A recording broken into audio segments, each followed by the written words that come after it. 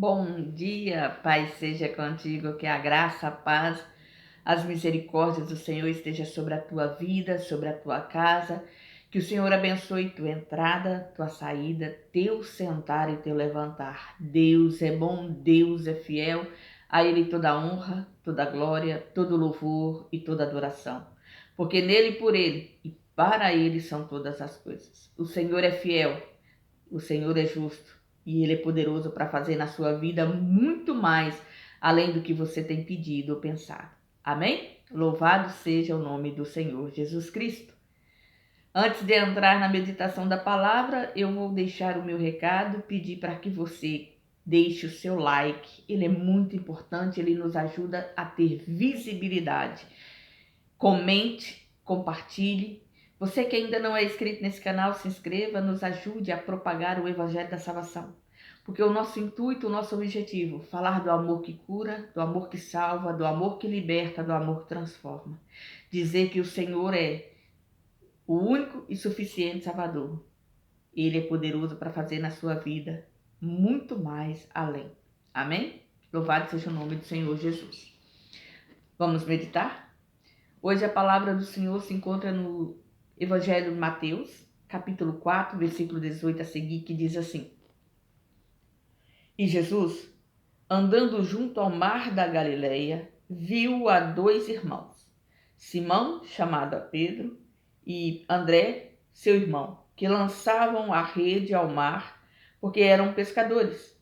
E disse-lhes: Vinde após mim, e eu vos farei pescadores de homens. Então eles, deixando logo as redes, seguiram-no. E adiantando-se dali, viu outros dois irmãos, Tiago, filho de Zebedeu, e João, seu irmão, num barco com seu pai Zebedeu, consertando as redes. E chamou-os. Eles, deixando imediatamente o barco e seu pai, seguiram-no. E percorria Jesus toda a Galileia, ensinando nas suas sinagogas e pregando o evangelho do reino, curando todas as enfermidades e moléstias entre o povo. E a sua fama correu por toda a Síria. Traziam-lhe todos os que padeciam, oprimidos por várias enfermidades e tormentos, os endemoniados, os lunáticos, os paralíticos, e ele os curava. E seguia uma grande multidão da Galileia, de Decápolis, de Jerusalém, da Judéia e de além do Jordão. Louvado seja o nome do Senhor Jesus Cristo. Glorificado seja a sua palavra. Aqui, nesse texto, começa Jesus agora a convocar, a chamar os seus discípulos, os seus apóstolos. Porque a partir desse momento, ele começa a pregar o evangelho da salvação e a fazer milagres, prodígios e maravilhas, e começa a juntar pessoas, a juntar curiosos, a juntar necessitados, a juntar pessoas à sua volta. Porém, ele chama 12 homens para estarem com ele, para aprender, para serem seus discípulos. E antes desse trecho, dessa palavra, no capítulo 3 de Mateus, vem começando a relatar como foi e as formas e o que Jesus fez antes desse ponto de partida, que aqui ele já está pregando o evangelho. Primeiro ele passa pelo batismo, ele vem até João Batista, ele chega diante de João Batista o reconhece e se sente incapaz ou se sente ali necessitado do batismo pela mão do Senhor. E Jesus fala com ele: não, por hora deixa, vamos cumprir a justiça de Deus, vamos fazer o que tem que ser feito. E João entende que aquilo ali era algo que seria necessário para todo o propósito de Deus em Cristo Jesus. E ao batismo, quando ele sai das águas, aí tem o relato, o testemunho de João e daqueles que estavam com ele, que viram e ouviram, viram descer sobre a cabeça de Jesus algo como se fosse uma pomba, mas em forma de pomba, mas era o Espírito Santo que descera sobre a cabeça de Jesus, e ouviram a voz de Deus dizendo que Jesus era o seu Filho amado, em quem ele se comprasse. E a partir daquele momento começa Deus trabalhar no homem, Jesus para que ele pudesse fazer o que deveria ser feito. E o Espírito Santo leva Jesus para o deserto. O Espírito Santo está com Jesus no deserto. E Jesus começa ali a jejuar e ele passa durante um período ali de 40 dias e 40 noites. E no final desses dias, a sua carne demonstra debilidade, fraqueza, porque ele sente fome. E a partir desse momento, que a sua fraqueza está latente, está exposta, o tentador se levanta. O tentador vem com afrontas e intenta fazer com que Jesus saia do propósito de Deus e aceite o seu suborno, as suas propostas, mas Jesus em tudo, ele tinha a resposta da palavra de Deus para se desvencilhar da presença daquele que não tem nenhum poder. E quando chega num ponto, Jesus o repreende e ele o deixa. E o Senhor envia seus anjos que o servem, que cuida dele. E a partir do momento em que ele sai do deserto, que ele começa a voltar ao convívio social, ao convívio do povo, ele ouve o relato de que João Batista havia sido preso. Então ali houve o sinal de que já estava mais do que na hora dele começar a propagar, a implantar a igreja, a palavra do Senhor, a falar de Deus, a falar do amor do Senhor e a ensinar os homens no caminho da salvação. E quando ele está nessa caminhada, ele passa ali na Galileia, perto do mar, e ele vê, porque a palavra não diz que Simão Pedro e André o viram, diz que Jesus os vê, porque eles estavam ali trabalhando, voltando do trabalho árduo de pescadores, e numa esperança, né, de lançar a rede e conseguir algum pescado para o seu barco. Eles estavam ali ocupados fazendo o seu ofício e Jesus os chama. Jesus chama a sua atenção e eles olham para Jesus e Jesus os convoca e os convida a vir após ele. E o amor do Senhor ali fala de uma forma tão abundante que eles abandonam tudo que está fazendo e começam a seguir ao Senhor. Da mesma forma, mais adiante, o Senhor tem um encontro com Tiago e com João, que também estavam trabalhando junto com seu pai no barco, e quando são convocados pelo Senhor, deixam tudo e começam a caminhar com o Senhor. Jesus, quando ele entra nas nossas vidas, ele tem esse poder maravilhoso, essa graça sobre a nossa vida de transformar. Ele nos chama como estamos, porque a convocação dos apóstolos, Jesus ele faz um propósito, uma proposta. Ele diz para eles: vinde após mim e eu vos farei pescadores de almas, pescadores de homens.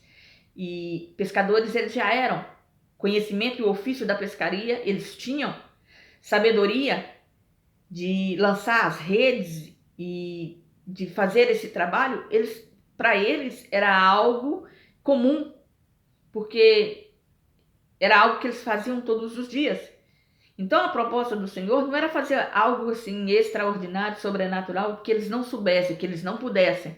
Jesus os convida a estar com ele, usando as suas habilidades, usando as suas técnicas, fazendo a sua parte e aprendendo com o mestre a lançar redes sobre as vidas daqueles que o Senhor veio buscar e salvar. E a caminhada deles com o Senhor começa a partir de então, a partir desse princípio de andar nas pisadas do Senhor, seguir o ritmo e os ensinamentos nesse processo dessa caminhada com o Senhor, para fazer exatamente aquilo que o Senhor fazia. Eles andavam com o mestre, aprendendo e convivendo com ele, para que após a morte e ressurreição eles pudessem ser agora testemunhas e transmitir os ensinamentos que lhes foram dados pelo próprio mestre e passar adiante aquilo que eles aprenderam com o Senhor. A nossa vida antes do reino do Senhor, antes de sermos alcançados pela presença do Senhor, também foi dessa mesma forma. Só que nós não estávamos pescando, estávamos jogando a vida fora, estávamos praticando iniquidades, estávamos fazendo coisas que desagradavam ao Senhor. Mas no tempo determinado e no momento do Senhor, houve a convocação de Deus em nosso coração de tal forma que o amor do Senhor que nos constrange, que nos atrai, que nos transforma, foi tão impactante que deixamos as nossas redes, deixamos as nossas vidas passadas para agora podermos caminhar com o Senhor e presenciar milagres, prodígios e maravilhas como esses homens. Porque a partir desse momento eles começaram a ter o privilégio de estar ao lado do Mestre enquanto ele realizava seus feitos sobre a face da terra. Nós hoje temos o privilégio de estar na graça, na presença do Senhor, não por merecimento, não por sermos melhores nem maiores do que ninguém, mas por termos dado ouvido à palavra do Senhor e nos posicionados diante da sua presença. Ele nos conduz pelo caminho que devemos andar. Nós somos falhos, somos pecadores, somos passivos de errar como qualquer outro, mas nós temos a esperança e a nossa convicção em fé em Cristo Jesus, o nosso Senhor e o nosso Salvador. Porque o Senhor, ele tem essa mesma proposta que ele fez para Simão Pedro, para André, para Tiago, para João, para mim e para você, para o meu e para o teu coração, de andarmos após ele e sermos pescadores de almas, ganhadores de almas, levarmos a palavra da salvação ao conhecimento da verdade àqueles que andam em trevas, aqueles que andam longe dos caminhos do Senhor, sendo imagem e semelhança do Senhor, fazendo a diferença por onde passarmos, aonde colocamos a planta do nosso pé, sermos bênção do Senhor, termos atitude que glorifica o nome do Senhor, fazermos a diferença na vida, na família, no lar, aonde Deus nos enviar, para que nós possamos transmitir o conhecimento da palavra viva, o conhecimento da verdade, o conhecimento do amor, o conhecimento da salvação. Porque o que Deus anseia e deseja é que ninguém se perca, mas que todos venham ao conhecimento da verdade e sejam salvos. A vontade do Senhor é que nós possamos seguir os seus passos, obedecer os seus princípios e viver na sua presença. Porque o que ele anseia é transformar a minha e a tua vida para a glória e honra do nome dele. Para que nós, quando chegar o dia e a hora em que ele virá buscar a sua noiva, lavada e remida pelo sangue do Cordeiro, nós possamos estar com ele, reinando com ele no céu, sendo transformado no corpo de glória, para fazermos parte de uma só família. Esse é o propósito de Deus para a minha vida e para a tua vida. Jesus, quando ele chama a atenção desses pescadores e os convoca, os convida, de imediato eles abandonam o que estão fazendo, porque eles entendem o chamado sobre a sua vida e eles se rendem, se entregam. Se nós estudarmos a palavra do Senhor, você vai ver que mais adiante o próprio Pedro, ele faz um questionamento sobre essa atitude que eles tomaram, sobre essa decisão que eles tomaram com relação ao chamado do Senhor. Ele dissemos o que eles iriam ganhar, porque eles tinham deixado tudo por amor ao Senhor, por seguir os seus passos. E a palavra do Senhor foi que neste mundo, aquele que deixou pai, mãe, filhos, casas e serviu e seguiu ao Senhor, ia receber 100 vezes mais, e no porvir, na vida vindoura, o reino eterno, a salvação eterna. E nós temos que ter esse olhar aberto espiritualmente de que nós não pertencemos ao mundo, nós estamos, mas nós não fazemos parte dele. Nós caminhamos nele, nós vivemos nele, mas a nossa promessa, a promessa que está sobre a nossa vida, a palavra que foi liberada sobre a nossa vida, é que nós pertencemos a Cristo e com ele andamos e a ele buscamos e na presença dele vivemos e convivemos e permanecemos, que quando chegar o dia é a hora em que o Senhor virá, e ele virá buscar a sua noiva, nós estaremos com Ele, num corpo glorificado, louvando e exaltando o seu nome na cidade santa, na cidade eterna. Porque o Senhor, querido, Ele nos ama e Ele não quer que ninguém pereça. Ele quer mudar a minha e a sua história. Se o teu coração tem ardido por amor ao Senhor, por ouvir a palavra do Senhor, eu te convido que você nesse dia de hoje esteja como esses homens, prontos para servi-lo, prontos para segui-lo, para buscar, para obedecê-lo, para caminhar nos seus princípios e nos seus propósitos, para viver uma vida santificada, separada, liberta, transformada. Renda-se, confesse o Senhor como seu único e suficiente Salvador. Entregue a sua vida na mão daquele que tem todo o poder nos céus, na terra, nos mares e sobre tudo o que neles há. O Senhor não quer que ninguém pereça, querido, mas que todos venham ao conhecimento da verdade e seja salvo. Quando estava a meditar nessa palavra e estudando ela, algumas coisas me chamaram a atenção. Que primeiramente, quando Jesus convoca a Pedro, André, Tiago e João, Jesus ainda não tinha fama. Porque a partir desse momento é que ele começa a fazer, a realizar, e aí o nome dele é espalhado por todos os lugares e a multidão se ajunta. Mas até nesse momento ele estava começando. Mas nem por isso eles deixaram de ouvir. E o Senhor os convoca e os convida com propósito. É que eles venham com o conhecimento que têm, da forma que estão. Não que eles permaneçam quem eles são, como eles são, mas que ao se achegar a Jesus, ao propósito de Deus, eles venham com as habilidades que tinham, com o conhecimento que tinham, porque a proposta foi: vinde após mim e eu vos farei pescadores de homens. Ou seja, o conhecimento, as habilidades que eles tinham eram necessárias para o propósito que Deus tinha na vida deles. E a partir de então, o Senhor iria trabalhar com eles para que eles fizessem grandes coisas. E assim o foi na vida deles. E assim o é na minha e na sua vida. Quando nós chegamos na presença do Rei, nós chegamos como estamos, mas nós não podemos permanecer quem somos. Nós temos que ser transformados, trabalhados, restaurados, libertos, curados, e para que nós possamos fazer a vontade, servir o propósito de Deus.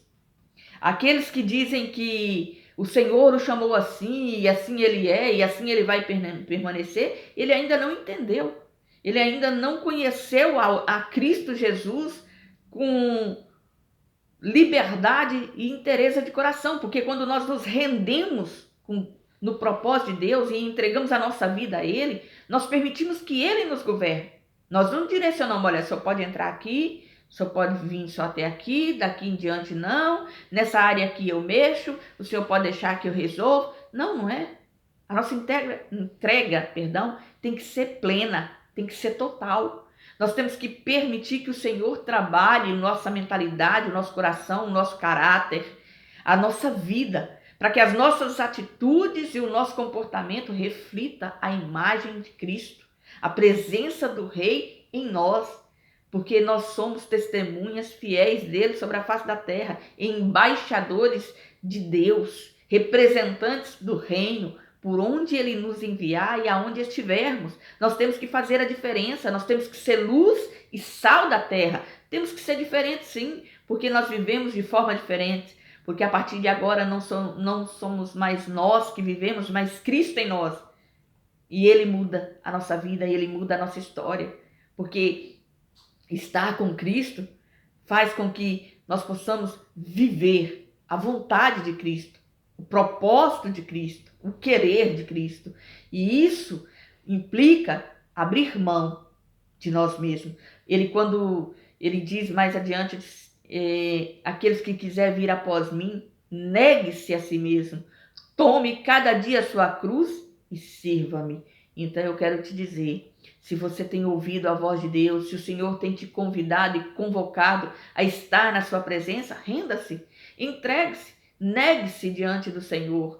Permita que Ele transforme o teu coração, a tua mentalidade, o teu caráter, a tua vida, porque o que o Senhor quer, querido, é que você seja moldado segundo os princípios e os preceitos de sua palavra, que você viva o extraordinário, o sobrenatural na sua presença, e que o Senhor possa, nesse dia de hoje, estar tocando no teu coração e que você possa fazer uma entrega plena nos caminhos do Senhor e mudar a sua rota, os seus costumes, as suas palavras, mudar o seu comportamento, mudar a sua atitude por amor ao Senhor, para a glória e honra do nome do Senhor, porque o Senhor, querido, Ele é fiel, Ele é o Senhor, Ele é justo e poderoso para fazer na nossa vida muito mais, além do que pedimos e pensamos. Que essa seja o anseio e o desejo do meu e do teu coração, estarmos centrados na presença daquele que vive e daquele que reina, sermos transformados pelo seu amor, pelo seu poder e pela sua presença. Que essa seja a reflexão para o meu e para o teu coração nesse dia de hoje. Entrarmos com confiança na presença do Rei dos Reis, do Senhor dos Senhores e vivermos segundo a sua vontade. Jesus te ama e pode, quer e vai mudar a tua história. Amém? Louvado seja o nome do Senhor. Que o Senhor possa falar abundantemente ao teu coração. E eu quero te deixar o meu pedido novamente. Não se esqueça de deixar o seu like, comentar, compartilhar. E você que ainda não é inscrito, se inscreva. Nos ajude a propagar o Evangelho da Salvação. O nosso intuito e objetivo: falar do amor que cura, do amor que salva, do amor que transforma. Jesus te ama. Amém?